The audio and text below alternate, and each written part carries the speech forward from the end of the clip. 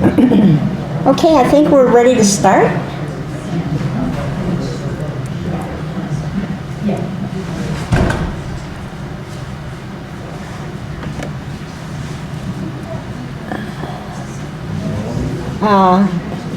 Good morning.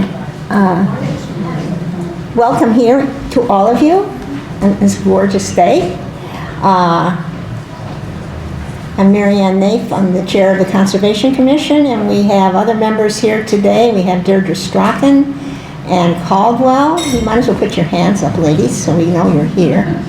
And Wendy Batson, Jamie Hart, who's one of our presenters, and Nancy West, and whoops.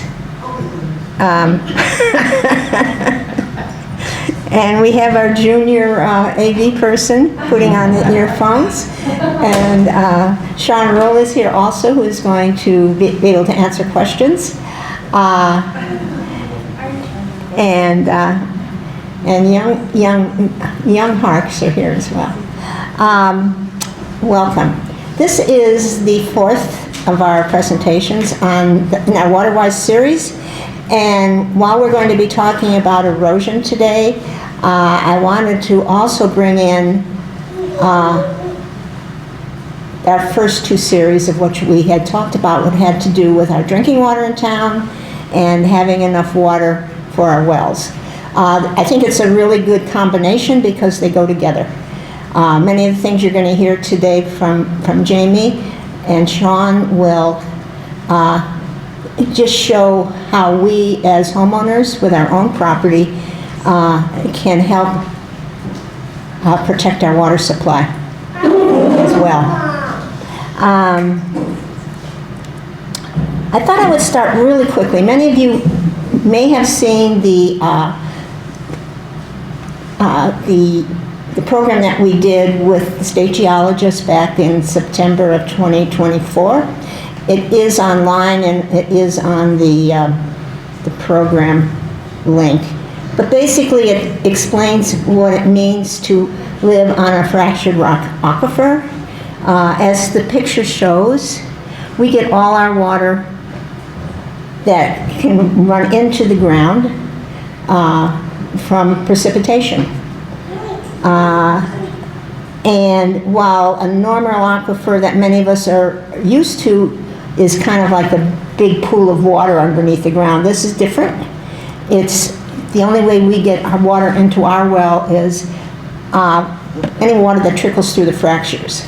So anything that we can do on our property to have that be a slow process, the better. Learned this week, we are in one of the worst droughts we've had since 2002, I believe. 2002. And they said that we're going to need 19 inches of rain before the ground freezes to replenish the water supply and not be faced with a drought again next year. So just for that reason, we're going to talk a little bit about how you might be able to do that with part of erosion control. And as you can notice here, we get 4 to 6 inches of precipitation a year. Actually, almost 80% of it, a little over 80% actually, we lose between runoff, which is the biggest issue, and evapotranspiration. But it does give us 7 inches of water coming down that we can use and have the ability, if we can hold on to it, time to soak into the aquifer. These are just some statistics, but there should be enough water if we do what we can to allow it to soak into the ground. So that was just a little background, and I thought I would then, Jamie, are you about ready? A little background before we get into what the topic today is, which is erosion control on your shore. But I keep hoping that you will put the two together as you think about making changes in your landscape. Okay. You know how to find it, don't you? Yeah. Okay. Cool. Thank you, Mary Ann.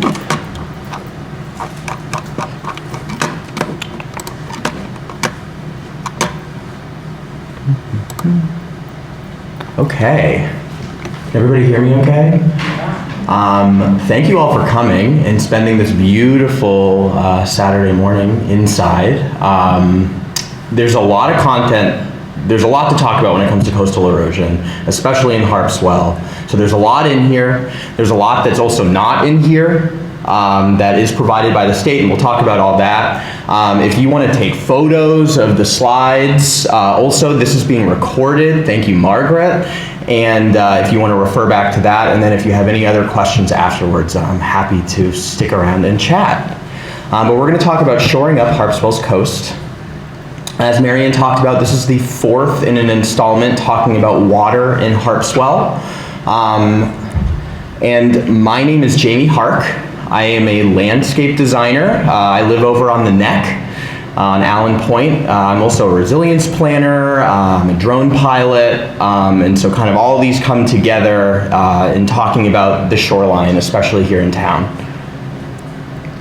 So first I wanted to recap a little bit about what we discussed at the last lecture, talking about the power of plants, because I do think it's very relevant when you're talking about coastal erosion.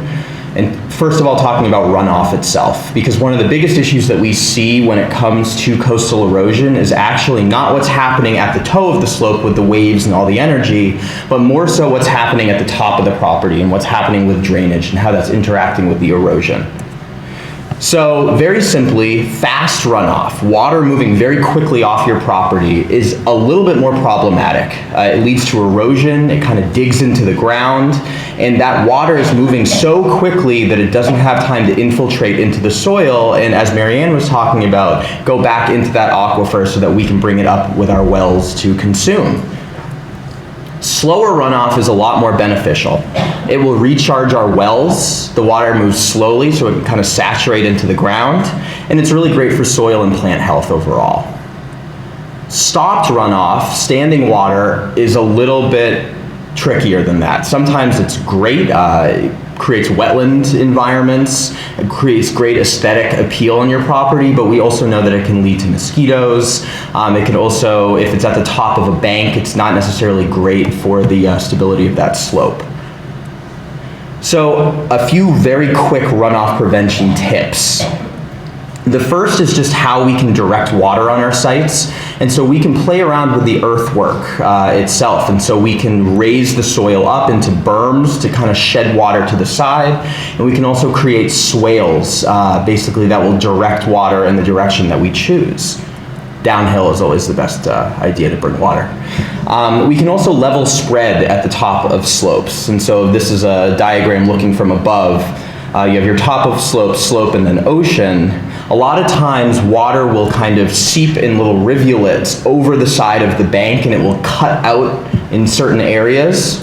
And so what we can do is we can create a swale condition at the top of that slope and then have the water run off evenly over the top of the slope so that we're not creating any one area of erosion. We can avoid straight lines. Just like when you're driving on the road, when we're going in a straight line, we tend to go a lot faster. If we give water a nice meander, that tends to let it slow down a lot. And then we can increase the friction on the site. This chart is basically talking about, it's the Manning's N coefficient, but it's basically talking about roughness. And so if you look in the green, the deciduous forests and the shrub and scrub areas have a much higher, almost double roughness than when you're looking at developed open spaces, roads, but also lawns as well. And so what that looks like is on a mowed lawn, water's gonna move pretty fast off of that surface. But the more you let that grow in, the more friction you create with shrubs and eventually forest land, the slower the water moves. And so when we're thinking about planting on the site, creating that roughness, there's a lot of applications, especially when we're living on the coast, for where we can plant. That will be very helpful. We can create road buffers, we can beautify and protect the house, we can create rain gardens and planted swales. And then as we're going to talk about, the plants themselves can be very beneficial for holding in the actual slope on the coast as well. Another thing to think about when we're talking about plants is thinking small. So if I were to take a baby and put it out into the environment, it will adapt to that environment. You know, it hasn't been around for that long. Whereas if you take somebody that's a little bit older and you put them into a new environment, it's going to be difficult for them. They've already adapted to a different environment. And plants are very much the same. So when we're at a nursery and we're selecting plants, it's very tempting to get the biggest, largest, most beautiful one that they have there, which is also the more expensive one. But what we found is that by choosing smaller plants, and some of these can come in the form of tree whips, live stakes, bare roots, grass plugs, and from seed, they start off smaller, they're a lot cheaper for you all, and they tend to adapt faster to these coastal environments, and they grow in a lot fuller and thicker over time. Conservation Commission, we've put together a number of resources which you can find over here for specific plants. The great thing about living in such a kind of interesting, adaptable environment is that there aren't a lot of plants that you can use. It's a pretty finite list. And so we put together some resources for you, and I'm happy to talk more about that as well. But you are all here to talk about coastal erosion. It is a very hot ticket item here in Harpswell, and so we're going to get into it. So first of all, I want to talk about Harpswell as a whole as an eroding landscape. I think a lot of people face frustration when they're property owners living on the water that like, what is wrong with me? Like, woe is me? Why is my slope eroding? Why is this happening now? And maybe this is a calming thing. I think it is. It's not you. This has been happening for millions of years. We are in an eroding landscape. Basically, these landforms are not forming, rather they're crumbling down. These are old ridges that are eroding surfaces, and the sea levels have been rising for the last 18,000 years since the end of the last glaciation period. And so this has been happening for a while. The erosion was here before you got to your property, and it will continue after you've left your property. And so we can kind of breathe a little bit easy on that, maybe. But we'll talk about solutions as well. So talking about Harpswell's coast in particular, very much generalizing here, we're talking about 3 different areas. There's kind of a marsh beach coastal environment, which is a lot less sloped. Kind of, you can picture yourself walking down right into the water. There's bluff conditions, which is basically the focus of this conversation. And then there's the cliffs, the steepest ones that are made up of bedrock. So I'm going to take Maine Geological Survey's definition of a bluff, which is defined as a steep shoreline slope formed in sediment, loose material such as clay, sand, and gravel, that has 3 feet or more of vertical elevation, just above the high tide line. So cliffs or slopes that are made out of bedrock are not considered bluffs because they are not eroding at the same rate as something that has a much looser, finer material to it. So if we're looking at this section of a coastline, this is an idealized bluff situation. We have the intertidal zone, which is basically the area between the low water at low tide, high water at high tide. And then the bluff face itself, there's the toe of the slope, which is the very bottom. That's what's interacting with high water. There's the face of the slope. There's the top of the bank. And how I like to think about it is actually the future top of the bank, because we know that erosion moves in one direction. So eventually the area that's upland will be the face of the bluff, which is something to really think about as you're considering planting and taking steps on your property that really don't need permits. Other more important things to talk about here is that high tide line and then the highest astronomical tide. This is something that's going to come up a lot, especially when you're working on your property. So that's known as the hat line. And essentially, the state does not want you to interact and manipulate your site below that hat line. You can, and we can go into that a little bit, but that's going to be a major barrier, basically because that's how high the water tends to get. And you can actually see when you look into the NOAA, National Oceanic and Atmospheric Administration, that this hat line, it raises every now and again, and the storms in January 2024 will eventually raise that. It's basically an average line, and the higher it goes, the higher that line tends to get to. So this is from Maine Geological Survey, but talking about the life cycle of a coastal bluff. And so these bluffs move and change over time, and they go from a state of being more consolidated, they're more stable, they're not crumbling in, they have less erosion, to a period of being less consolidated when they're kind of topping over, there's material falling in. And basically a less consolidated bluff will eventually cave in, and you can see that as number C right there, where it slumps in. All that debris will enter the intertidal zone, and what you're left with is a much more stable slope. So in basically crumbling into the ocean, your bluff does become more consolidated, more stable for a certain period of time. That sediment will then get carried away by the tide, and eventually you're left with a bluff that is ready to kind of enter the next phase of becoming less consolidated again. So these cycles, the timing of it is always different. Obviously when the big storms come through, it speeds along that period of going from less consolidated to more and back and forth, but these cycles are always happening. And what's something that interesting to think about is that your eroding bluffs are feeding areas in Harpswell in terms of sediment. So one of the examples is, this is looking at Briar Cliff down towards Potts Point. And as that's eroding, actually the sediment has been taken by the tide to form Stover's Point in town. So there is a beneficial use to your bluffs eroding, and as I've said, it's been happening for tens of thousands, hundreds of thousands, millions of years.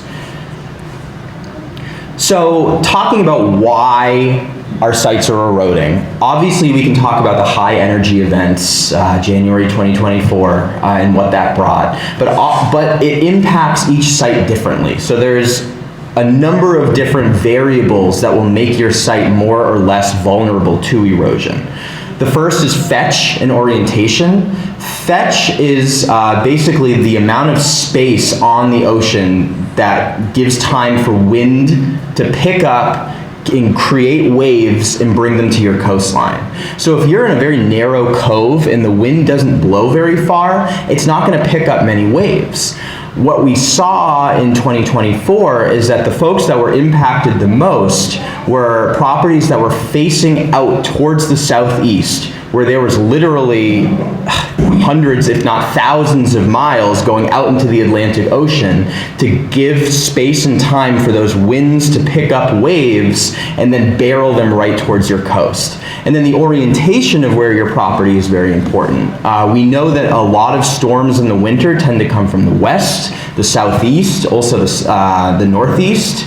And so where your slope is facing does a lot as well. The vegetation and root mass is incredibly important on your slope. If you have bare soil, there's really not a lot holding it together, whereas we know that these root systems, even in the most invasive of species, are doing something for your slope. They are holding that material together.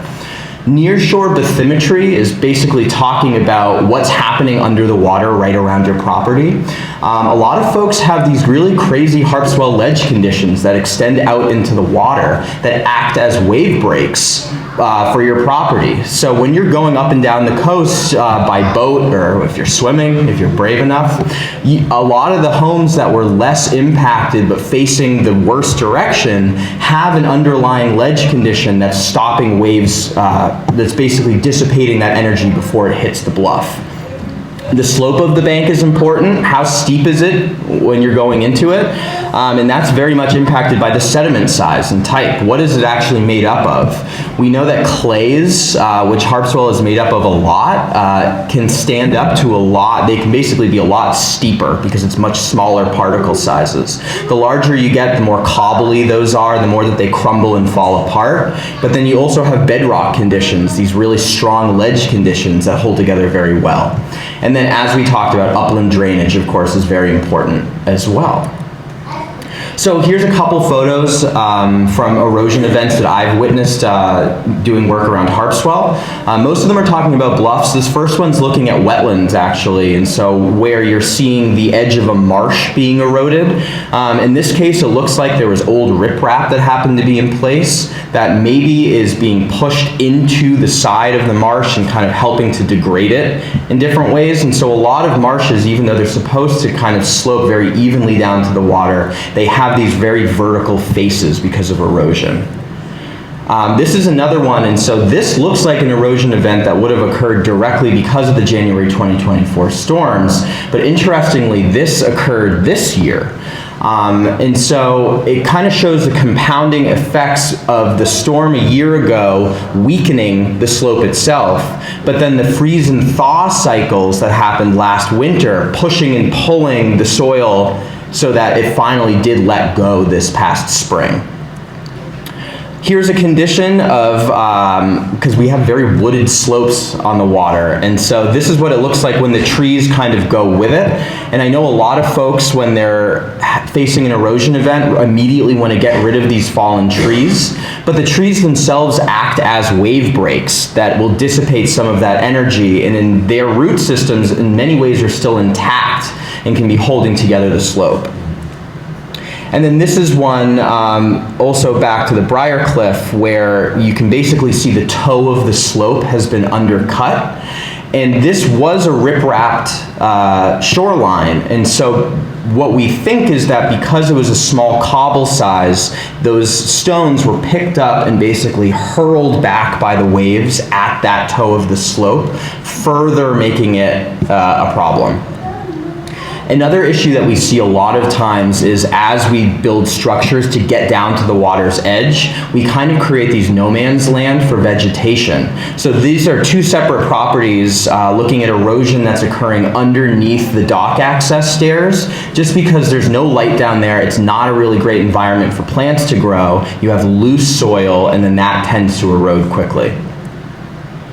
So let's talk about prolonging the inevitable. And I don't want to be too negative, but if your site is eroding, it has been eroding, it will erode. We cannot stop that. If anybody is selling you a technique that will work for the end of time to prevent erosion on your site, they are lying to you. But what we can do is we can slow down the rate at which that's happening. We can make it more comfortable for us in the present, and we can modify our sites so that they're a little bit more adaptable and resilient to that erosion occurring. This is from National Oceanic and Atmospheric Administration, talking about there's two basically types of shoreline techniques for stabilization. There's the gray techniques, which are the harder ones, and then there's the green techniques, which are softer. I am not going to come in and say that every site needs a living shoreline application. In Maine, we have incredibly high energy events. We have a lot of coastal areas that are just prone to high energy. And so there's a lot of sites that are not perfect for these types of living shoreline nature-based solution applications. And so one tool that you can use is from Maine Geological Survey. This is the Living Shorelines Decision Tool. And so basically they've taken a lot of factors, a lot of which we've already talked about here, to basically say, is your site in a good position for living shoreline, for nature-based solutions, for more planting, more softer approaches? And that would be in green. And you can see that a lot of that is in the coves, where there's less fetch, where there's less energy, where it's calmer water. Whereas there's a lot of areas that are in red where there's just high energy events, so that if you're going in and you're putting in these plants and kind of these living solutions, they're really not going to hold up as well. So it's very important to kind of know where your site fits into this. So looking at gray strategies, the hardening ideas. So there's this idea of seawalls and bulkheads, vertical. There's revetments, which is basically creating a ramp with the hardened material, with the stone material. And then there's the idea of riprap. So in this case, they've revetted with some large boulders right at the toe of the slope, but you can see that smaller cobble material is basically piled up on top to do some more armoring. Sizing the stone is one of the most important things when it comes to hardening. And this is being in a civil engineering office. We have equations for kind of how big does your material need to be. Because what we're seeing a lot of times is you'll do these projects where you're putting in kind of small cobblestones and they just get swept away by the next storms. And so you really need to know, based off of the energy that's entering your system, how big a rock size you need. So opportunities for gray infrastructure, it does a great job at dissipating that wave energy. It's a rock, so it moves that energy to the side. It requires a lot less short-term maintenance. When it's in, it will work for the next few years, storms pending. And they're more resilient to high energy and water events we see.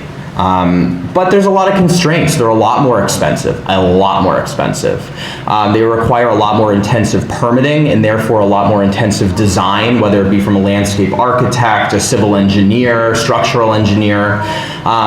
It prevents beach and marsh migration because that's all sediment that was being taken away and being put into a beach environment. When you put a wall up there, you're preventing that sediment from going there. So you could be starving a beach that has been receiving that sediment for millennia.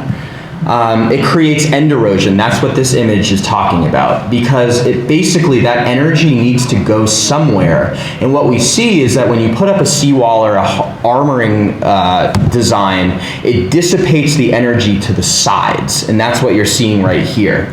And a lot of times when you're talking about doing your entire property as a hardened approach, where is that hitting? It's hitting your neighbors, which obviously we all know we don't want to create more difficulties for our lovely neighbors.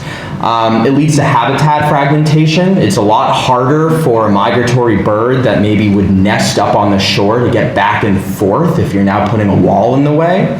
And there's a lot of heavy impacts to your site. If you're coming in with an excavator, you need a barge, you're going to be trampling the top of that slope. It's very intensive to your site. So looking at nature-based strategies, there's a lot of different approaches that we can take. A lot of that is either hand planting, taking a lot of the same principles of hardening with gray infrastructure, but doing it with less hard materials. So core logs, which are made out of coconut fiber, you can fill those with oyster shells, and you can basically put those at the toe of your slope, so that rather than having boulders intersecting with that energy, you can have a softer material. There's lots of things, oyster sills, you can work with brush mattresses, living fascines, which is just working with twigs and woody material on your site.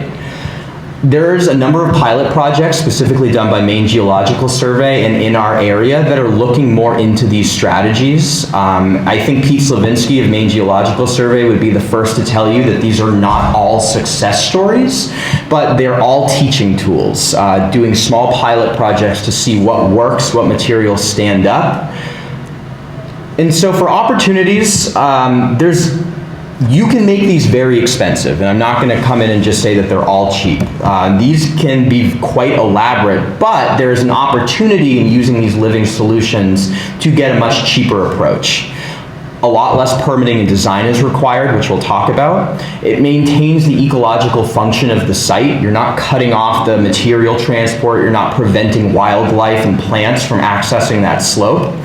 Once established, and that takes a while, they're a lot more adaptive and resilient to the site. So if you get it going, and we'll talk about how long that can take, it really does work. I mean, once those roots take hold, your slope is in a really great place, but it does take nurturing to get to that point.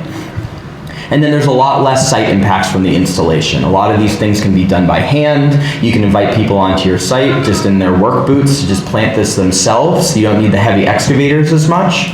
But for constraints, it requires a lot of maintenance. And so if you're the type of person that just wants to set this and forget this, these solutions are not necessarily the best option. They're a lot more experimental in nature. This is very much a new practice that we're working on. It's very much a new frontier for coastal Maine. I disagree with this, but I think other people will think that they do have a slightly messy appearance. There's something very clean and tidy about a nice rock wall. Kyle over at R.A. Weber does a really nice boulder revetment that looks really good. I personally like the messier approach where you have the plants kind of woven through, but that's up to you. And it's tough finding these materials and finding the laborers that know how to do this work right now. It's something that we're working on in our office about how can we train local experts and how can we work with local plant nurseries to source this material. So what this is leading to is that maybe gray doesn't work the best, maybe green doesn't work the best, but combining the two is really going to be our best bet, a hybrid approach. So this is a permit set that I did for a project over in Cundy's Harbor, where there already was a rock revetment. We were adding an additional layer to it, but we were also going to have an entire nice perennial planted buffer at the top. So you harden the areas that are the most vulnerable, but then you also are softening the top of the slope, which will in the long run create a root mass that will help the stability of the slope. Another idea that we've done, and this is over on Gunpoint, is the idea of a living revetment. And so rather than having the wall at the toe of the slope, what we're doing, and this is a much lower energy environment, there already is a wetland condition there, is hand planting cordgrass, marsh grasses, and basically having a living slope that goes up to a wall that will protect the house. And so kind of flipping that on its head. And then there's this idea of a low impact approach of, do we need to do anything for our sites? There's a lot of properties, I spend a lot of time on my paddleboard kind of on the coast seeing what people are up to. And a lot of homes are further set back. There's a lot of space for planting. There's a lot of kind of, we don't need to touch this idea. We don't need to rip-wrap this. It's not going to impact.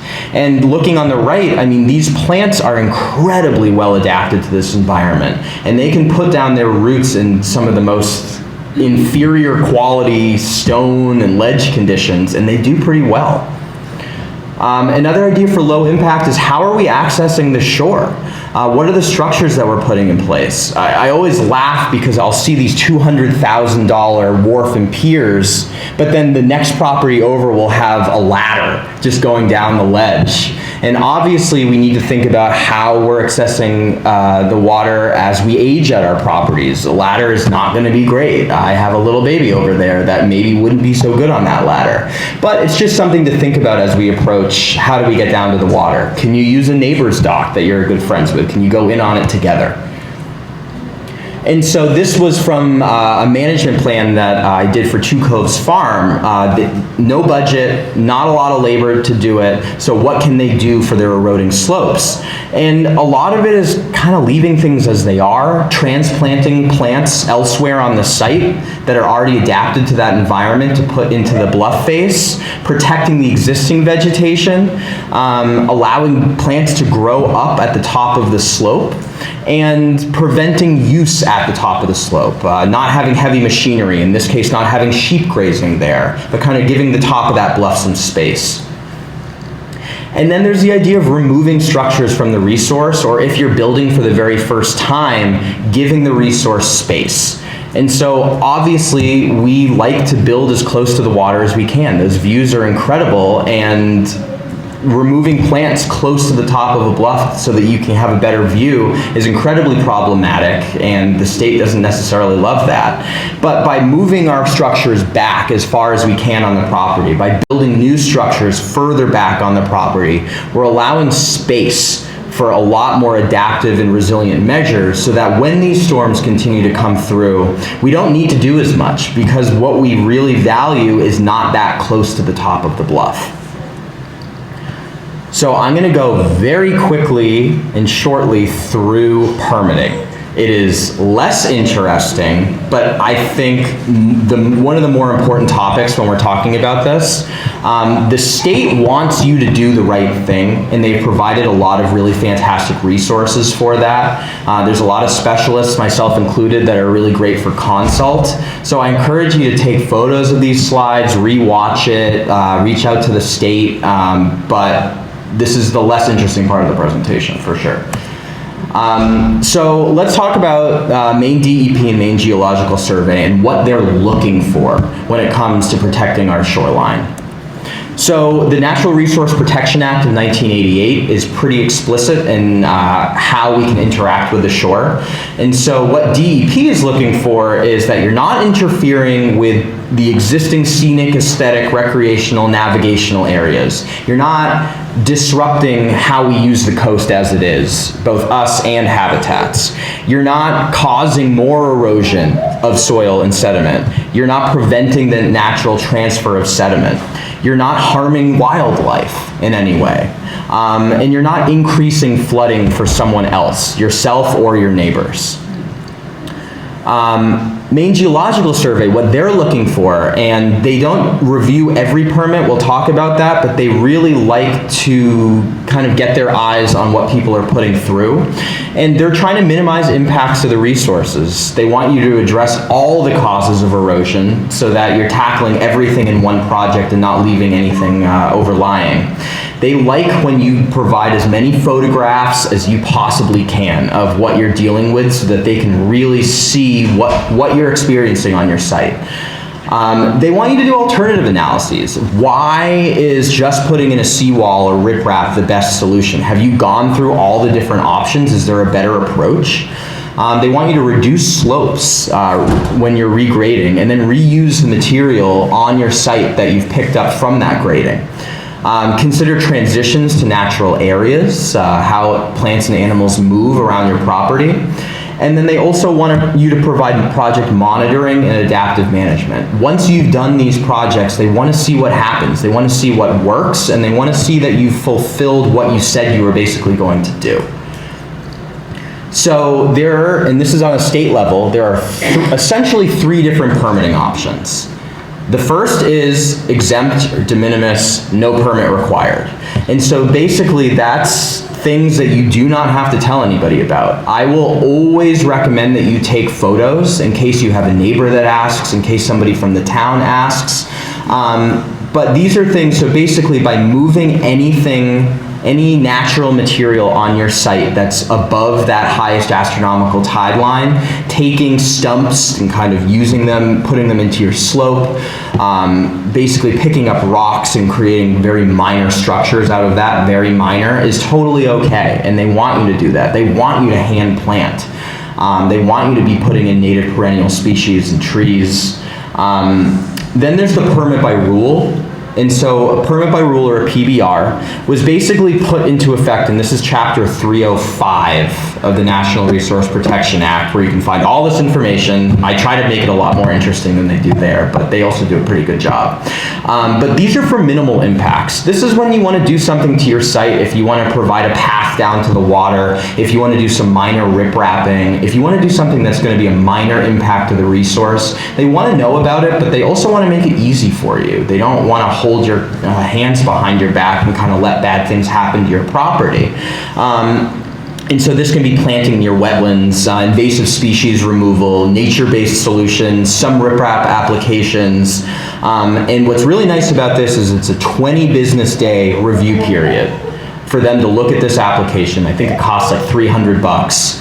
And if they don't get back to you after those 20 days, you've gotten it. Basically, they've taken a glance at it, they're okay with what you're proposing, and they say go for it. Always take photos after you've done the work. And then the more intensive is the individual NERPA permits. And so I didn't write this. This is chapter 310 of Natural Resource Protection Act. And so these are a lot more involved. They take multiple agencies. You'll have Maine Geological Survey weighing in. You'll need to get in touch with the tribal groups in Maine, with the Army Corps of Engineers. It's a much longer review period. It's 4+ months, and speaking personally, it's maybe 6+ months these days. They have a lot of work that they're doing. And it does require professional design, either from an engineer or a landscape architect, or a contractor that's done a lot of work in this field. And this is for expanding armoring, doing more hardened stabilization techniques, for doing significant regrading of your slope, and then if you're filling any area within your resource. So, yes, I can take a question. The previous slide, first, with the minimus, did I understand that you could take rocks, boulders from the site and relocate them to provide better protection without having to go through the various levels So the question was basically, does de minimis cover moving boulders and large rocks on your site so that you don't need to go through the permitting process? If you can lift it yourself, and if it's not below that highest astronomical tide line, and if it does not cause more erosion, yes. But the issue is once they get, I mean, we've seen the size of these rocks in town. As soon as you start to need heavier equipment on there, that's when it starts to impact the slope a bit more. Yes? What's the definition of heavy equipment?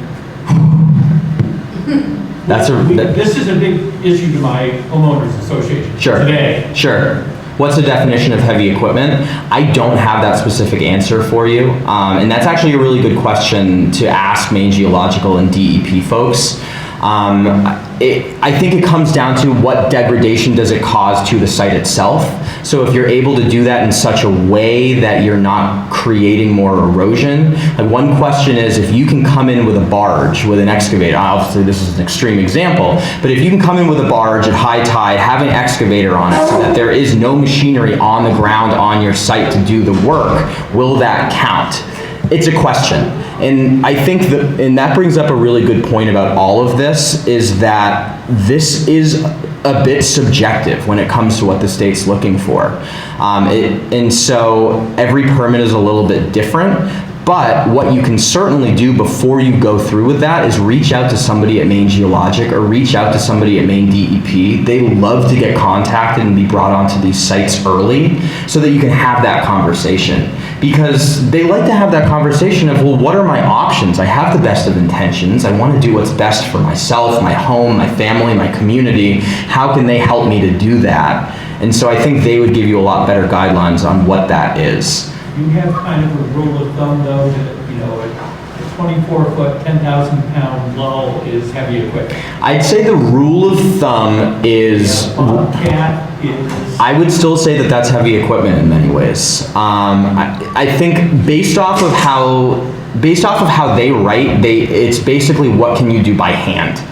And so that includes hand equipment as well. But as soon as you're kind of bringing in something that has its own power source, that has its own wheels, that's over the line. That's what I would go with at this point, until I hear otherwise. And DEP is doing a number of conferences, doing a number of workshops, so that they're giving people the opportunity to ask these questions. And that's actually a great question that I will ask later in November to them. So thank you. Yeah. So I want to talk very briefly about the permit by rule checklist. And so I think after explaining this, we're kind of all in agreement. It would be better if you're doing some work for your site if you can get it into the permit by rule category.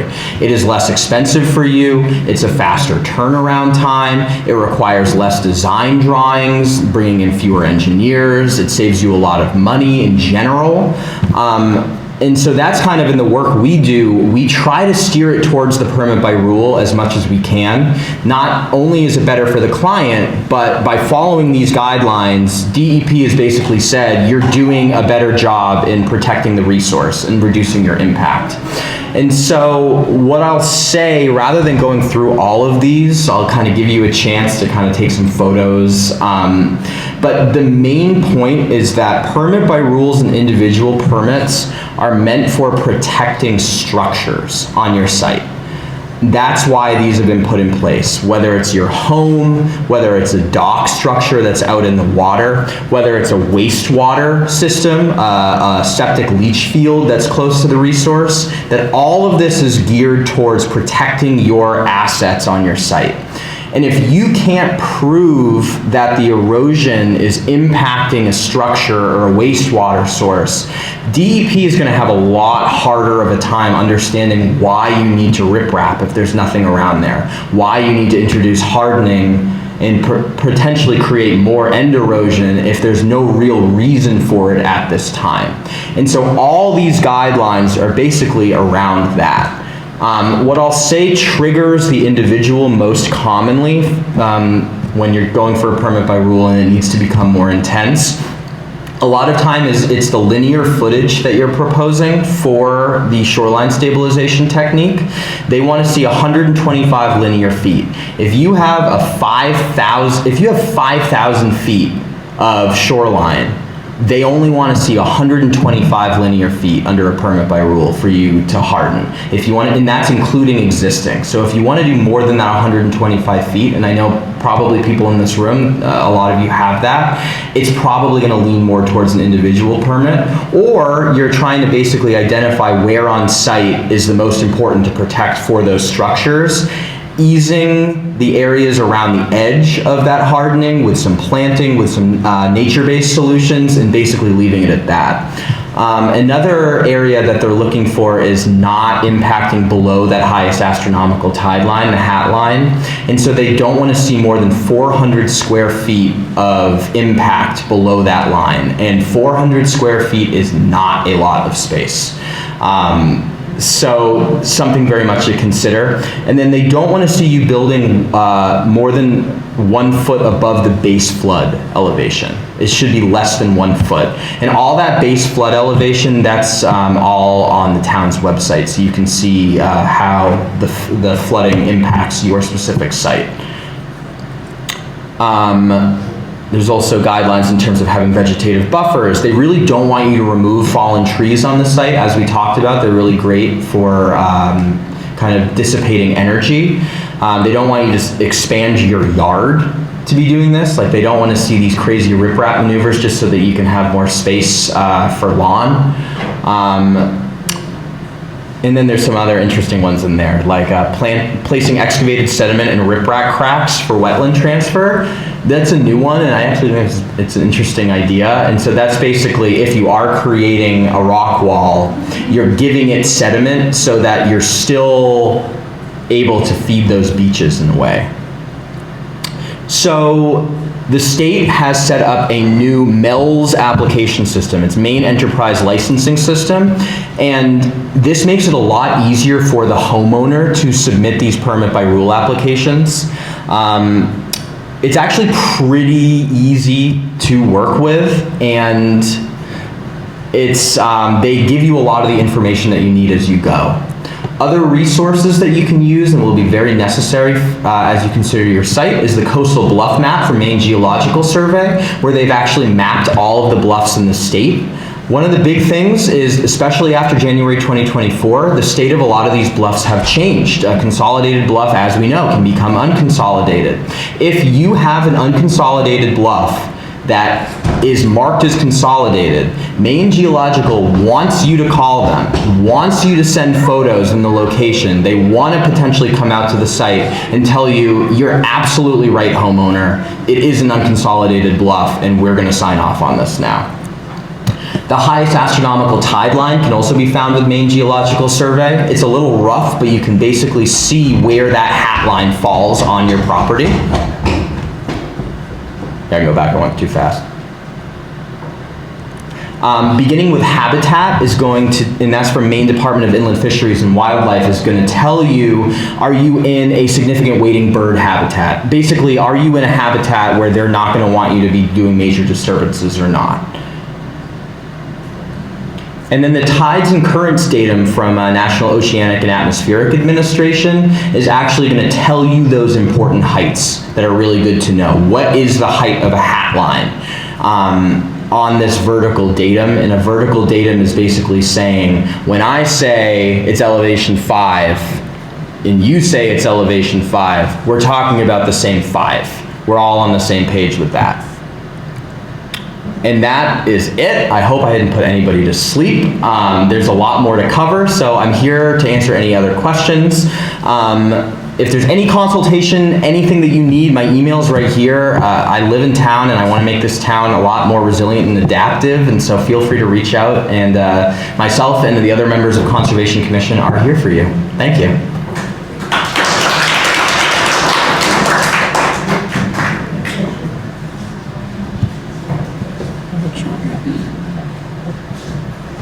Is going to come next. Is hers on here? That's all that's on there. Okay, cool. Just leave this on.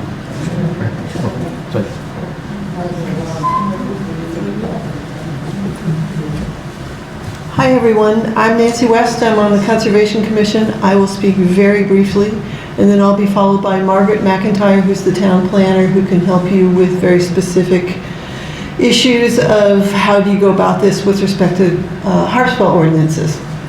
And my husband and I live about 1.5 miles north of Cundy's Harbor.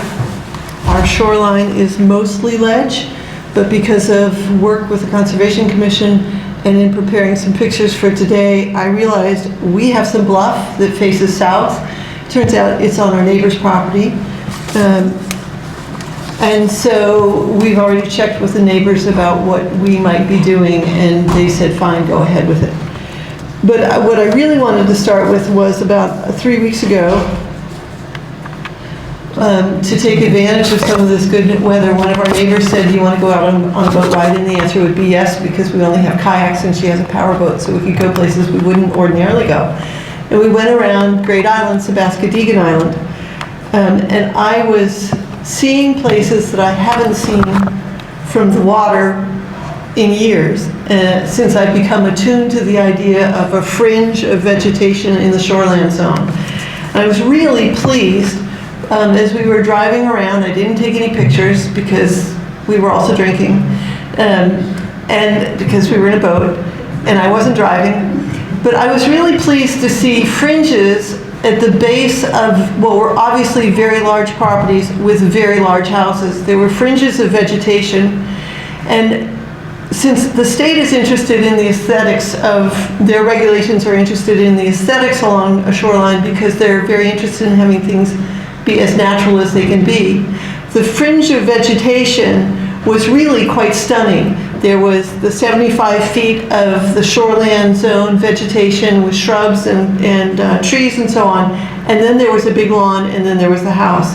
And I know that no, I don't know this. I predict that without the town's shoreland vegetation requirements, it would have been all lawn down to the shoreline. And then I also think in many cases it was ledge, so they didn't have to think about hardening their shoreline. But it was, if you have a chance to, next time you're out in a boat, take a look to see how people are treating the shoreland zone, the 75 feet back from the highest, from the hat, whatever the A stands for. It's highly effective visually.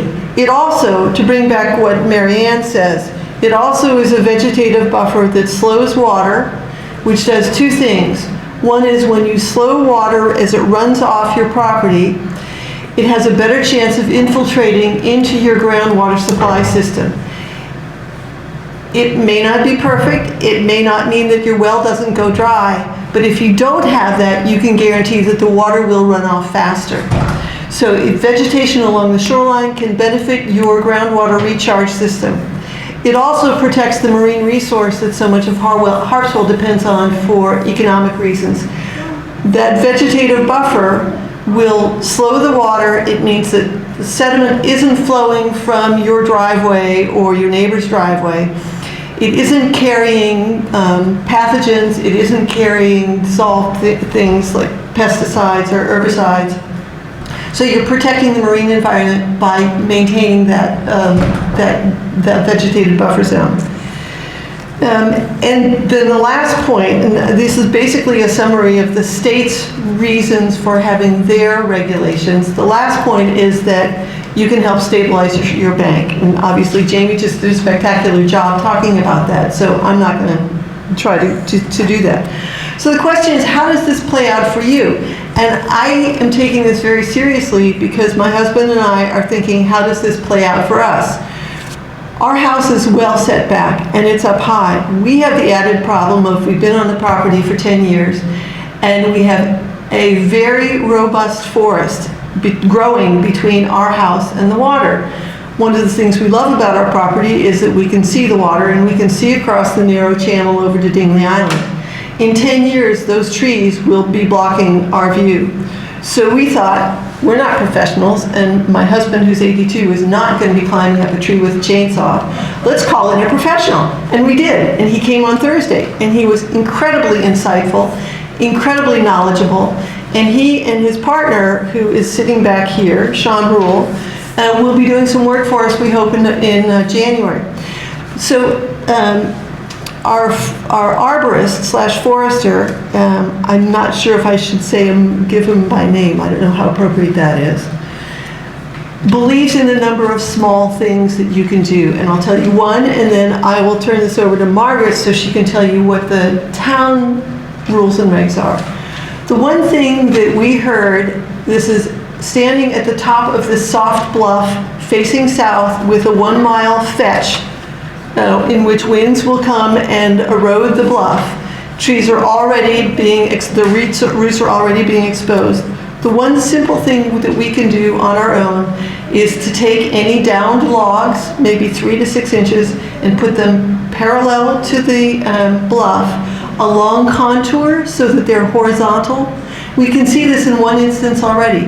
If you put like 3-inch logs along the contours, the same elevation above sea level, they will trap leaves and pine needles, and they will slow the water. They make a natural little berm all on their own. All we have to do is put on some gloves and move some logs. No chainsaws involved.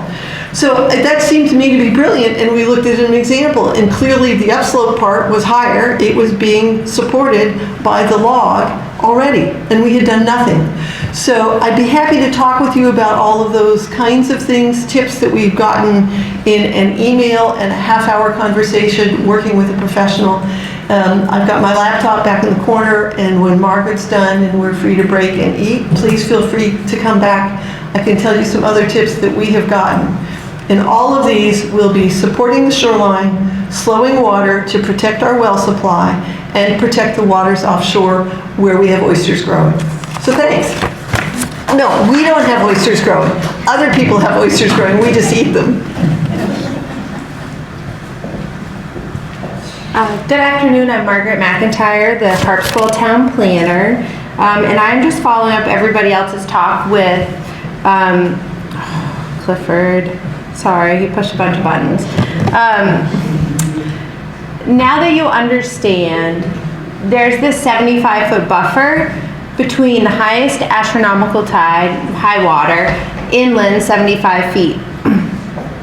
And that buffer is regulated by the Maine DEP shoreline zoning ordinance that we have adopted at in our town. And I'm kind of here to answer the question, now that you know that there's a buffer there, what can and can't you do with it?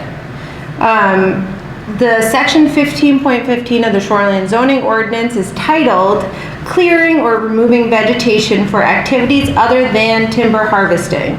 And basically we call it the point system.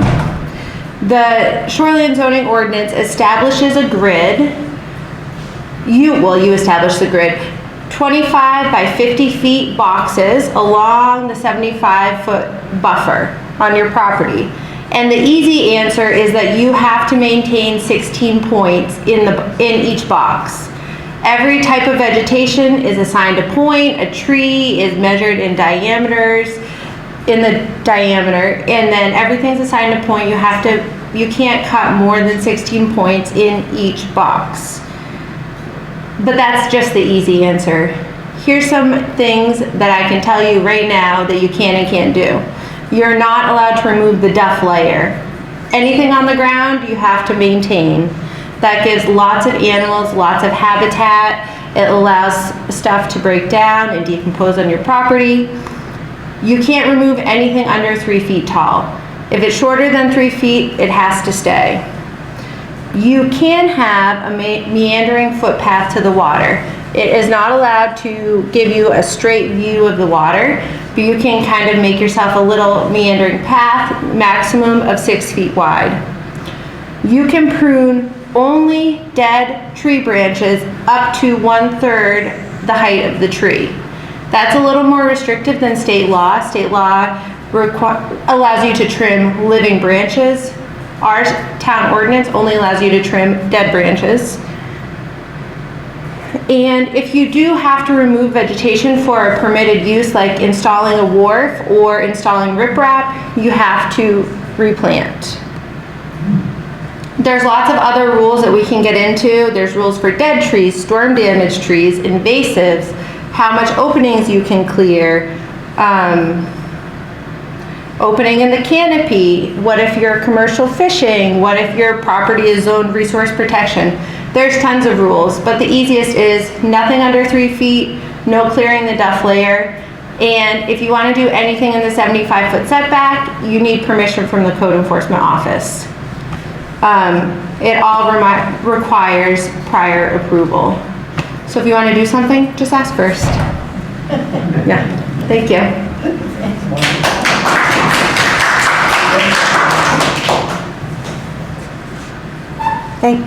Thank you, Margaret. Before I'll just wind up with a few things here quickly, and then I'm going to introduce... Can you hear me now? I just should be taller, I just don't seem to get in the right position. We've talked a lot about erosion itself. Some of us will be looking to do bigger projects. However, there's going to be a number of us who are trying to just try to stay even and do smaller projects that you might want to do on your own. And I think with the help of professionals, arborists are very, very knowledgeable about a lot of the environment itself and what we can do to hold the soil and better ways to trim and keep the duff layer, and as Nancy mentioned, the direction that you let the fallen trees lay on the property. But I think we've pretty much covered today what we're going to. I would like to introduce Sean Rule, who will have us say a few words about I'm not sure what you're going to talk about, but whatever it is, it'll have something to do about what we're talking about today. And then we'll break, and that'll be the end of the formal program. Many of us will be here to answer questions for as long as you would like to ask them. And I thank you very much. And don't forget, there's plenty of food over there that you can replenish your energy while you're waiting to talk to Sean or Nancy or Jamie. Thank you. Jamie, Sean.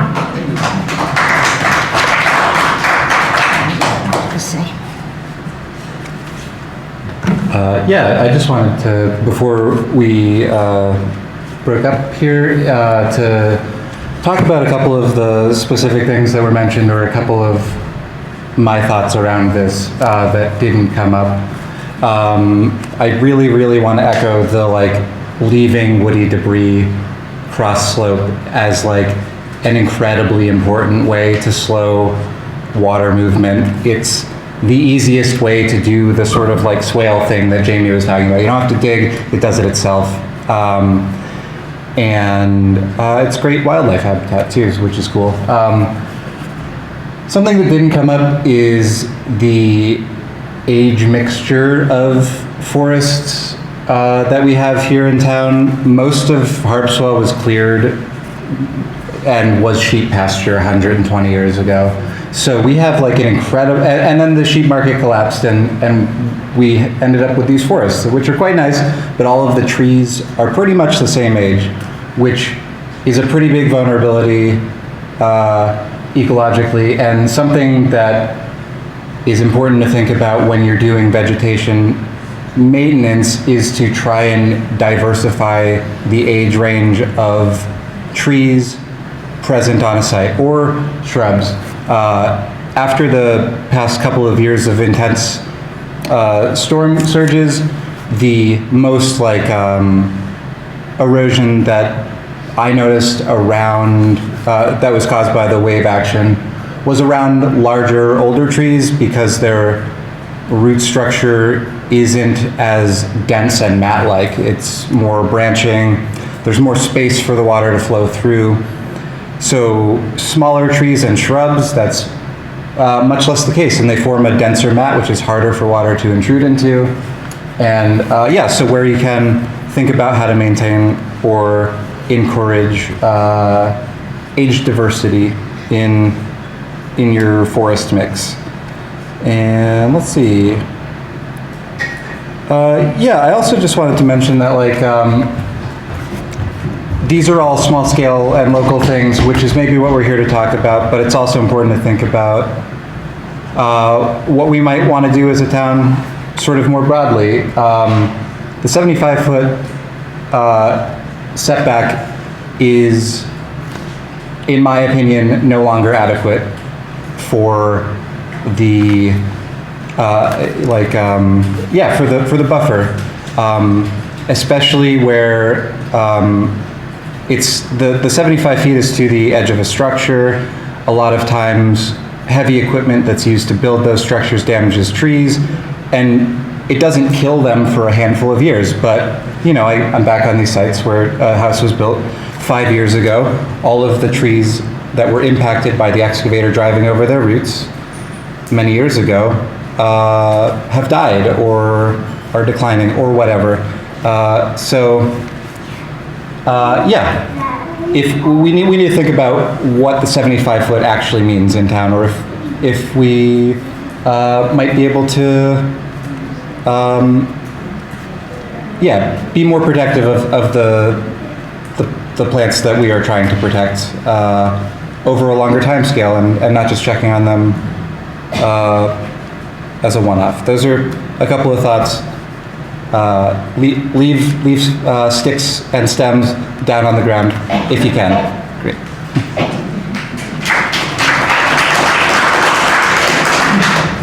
I'm back. I forgot something more. Nancy. Can you say that it's what the spin is on the resiliency and sustainability committee also, please? Not spin, Sean. It happens Sean. all the time. Oh, yes, I did introduce Sean as being part of the Resiliency and Sustainability Committee. Is that what are you asking me? Okay. I just thought of a couple other things. Out here, one of the reasons we chose to have the program here today is when we were here in the summer, you could see all the beautiful grasses and wild plantings that were done here at the Coastal Center for this new area. I happen to have 2 planting mixes, if anybody's interested, and one is native planting forage meadow mix and a native woodland mix. So basically it includes various types of grasses and fescues, as well as some wildflowers.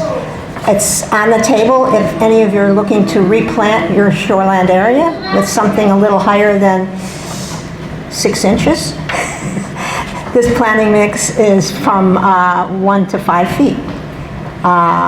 So those are some options. Many of you who are living, especially I think more of the neck where the ground's a little more sloping and people tend to have their lawns out to the water.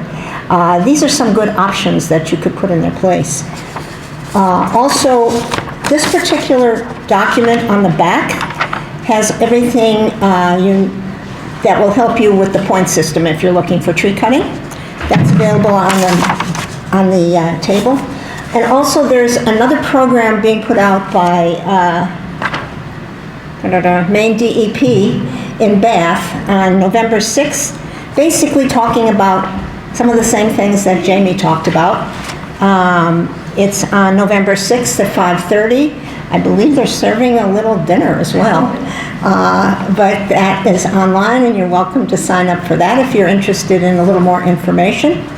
And then lastly, the Coastal Planning Guide here lists all the native plants that are available and are good on specific sites. So there's grasses, there's native plants, and native shrubs.